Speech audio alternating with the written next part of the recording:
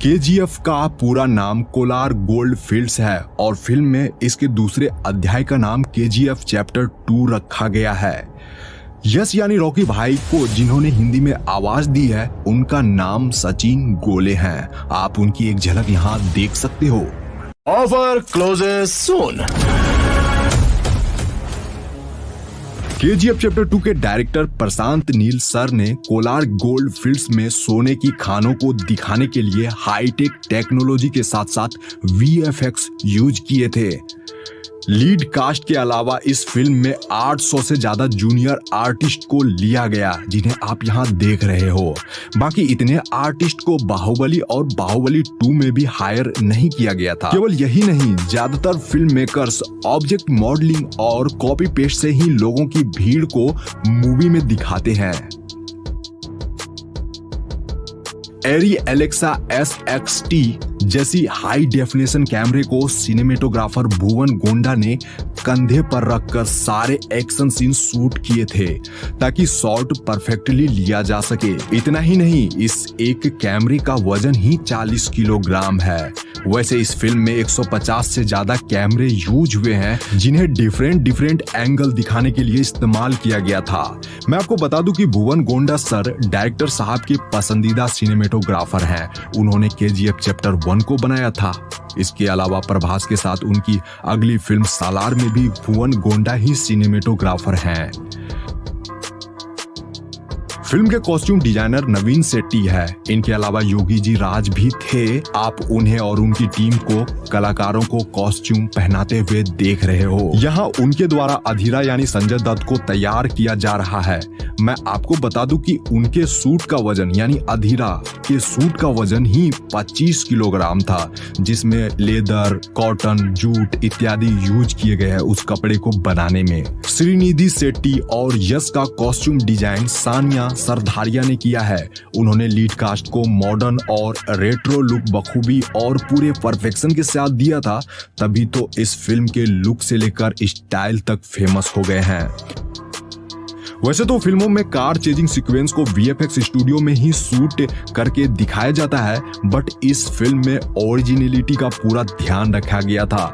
यहाँ पर आप जिस कार को देख रहे हो जिसमें कि रॉकी रीना को बचाने जाता है, दरअसल यह फोर्ड मुस्तांग 1969 है जो कि काफी महंगी कार है।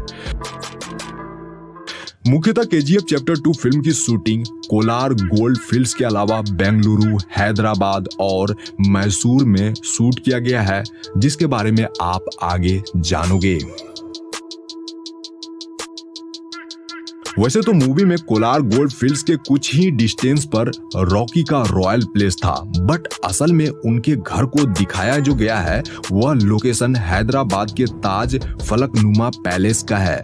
बट फिल्म में हमें ये दोनों चीज एडिटिंग के जरिए एक साथ यानी अगल बगल में दिखाई गई थी।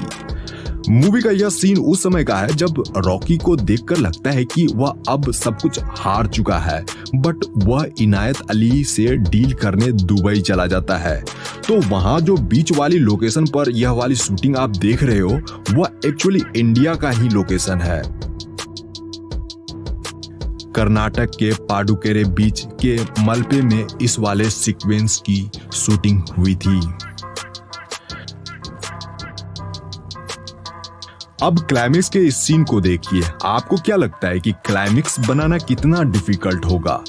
फिल्म मेकर्स ने अपने टोटल बजट का 15% हिस्सा क्लाइमेक्स के लिए ही बचा कर रखा था, यानी सिर्फ क्लाइमेक्स पर ही 12 करोड़ रुपए खर्च कर दिए गए थे। एंड लास्ट वाला फाइटिंग सीन है जहां पर अधीरा और रॉकी को लड़ते हुए दिखाया गया है, जो कि काफी दमदार फाइटिंग सीक्वेंस में से एक है।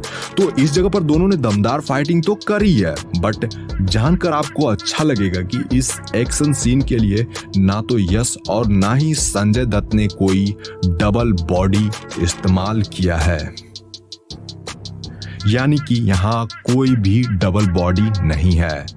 ब्यूटी पेजेंट श्रीनिधि जी, जिन्होंने इस फिल्म में रीना का किरदार निभाया है, जो कि रॉकी की वाइफ रहती है, यहाँ उन्हें आप बिहाइंड द सीन में देख रहे हो। वो अपने शॉट को खुद से देख भी रही है एंड वो काफी अच्छा फील कर रही है।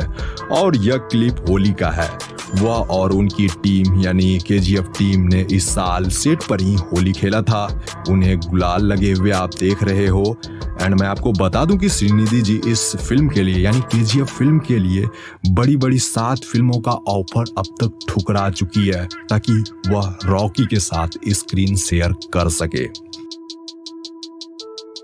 क्लाइमेक्स का यह धांसू सीन है जिसके शॉट्स और रील आजकल खूब वायरल हो रहे हैं। यह सीन फिल्म में आपको कुछ ऐसे दिखाया गया था।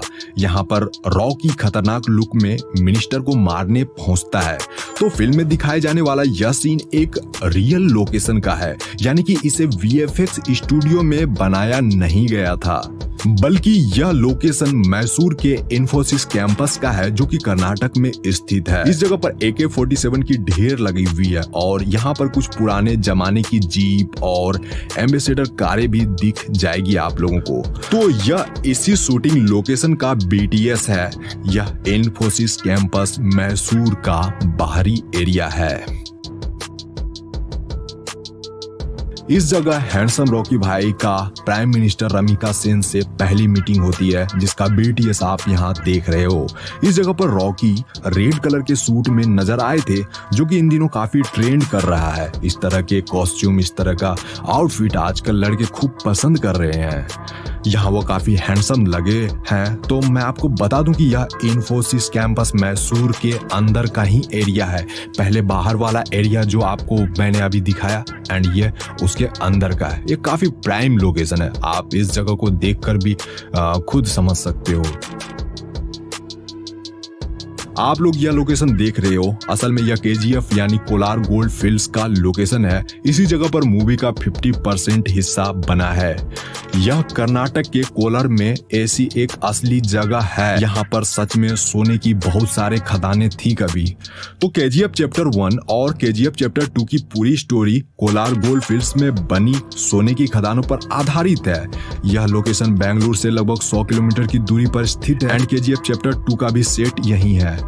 वैसे तो KGF की स्टोरी काल्पनिक है, लेकिन कहीं ना कहीं इसे आप लोग रियल कोलार गोल्ड फील्ड से रिलेट कर पाओगे। साल 1981 की प्राइम मिनिस्टर रमिका सेन यश को इंडिया का सबसे खतरनाक क्रिमिनल बताकर उनके खिलाफ डेथ वारंट सिग्नेचर करती है। लेकिन उससे पहले यश गरुड़ा को मारकर कोलार गोल्ड फील्ड के ऊपर अपना साम्राज्य खड़ा कर लेता है और फिर कोलार गोल्ड फील्ड से निकलने वाले सोने को अपनी मन मर्जी कीमत पर वह बेचता है। रियलिटी से भी आप लोगों को रूबरू करवाऊं तो 1979, 1980 और 1981 में गोल्ड की रेट बहुत तेजी से बढ़ी थी। 1902 में कोलार नामक इस जगह पर गोल्ड माइनिंग शुरू हुई थी। माइनिंग के लिए बड़े बड़े इक्विपमेंट्स लगाए गए थे।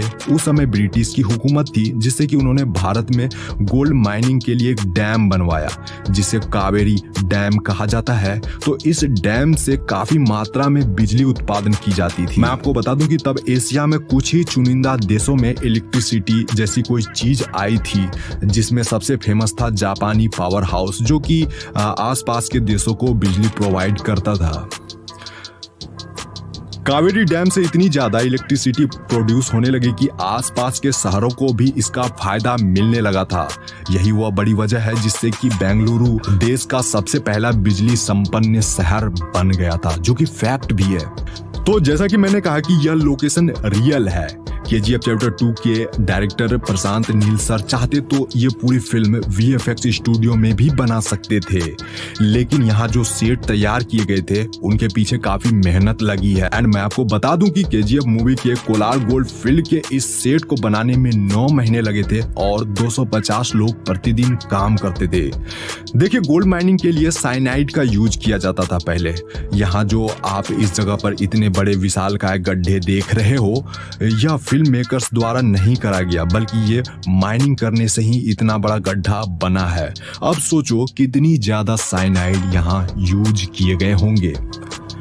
यहाँ तक कि इस जगह पर साइनाइड के पहाड़ भी बन गए हैं एंड उसकी धूल से फिल्म मेकर्स और क्रू मेंबर्स को काफी ज्यादा परेशानी का सामना करना पड़ता था। तो आप लोगों ने यहाँ जाना कि केजीएफ चैप्टर 2 को बनाने में कितना हार्ड वर्क लगा है। केजीएफ चैप्टर 2 मूवी को बनाने में लगे हार्ड वर्क के बारे में आप लोगों ने तो जान ही लिया। ज्यादा से ज्यादा आप लोग शेयर करो ताकि और भी लोगों को पता चल सके कि ये फिल्म कितनी मुश्किलों से बनी है। Thanks for watching. मिलते हैं एक शानदार वीडियो में। अपना ख्याल रखिए। Take care. Bye bye.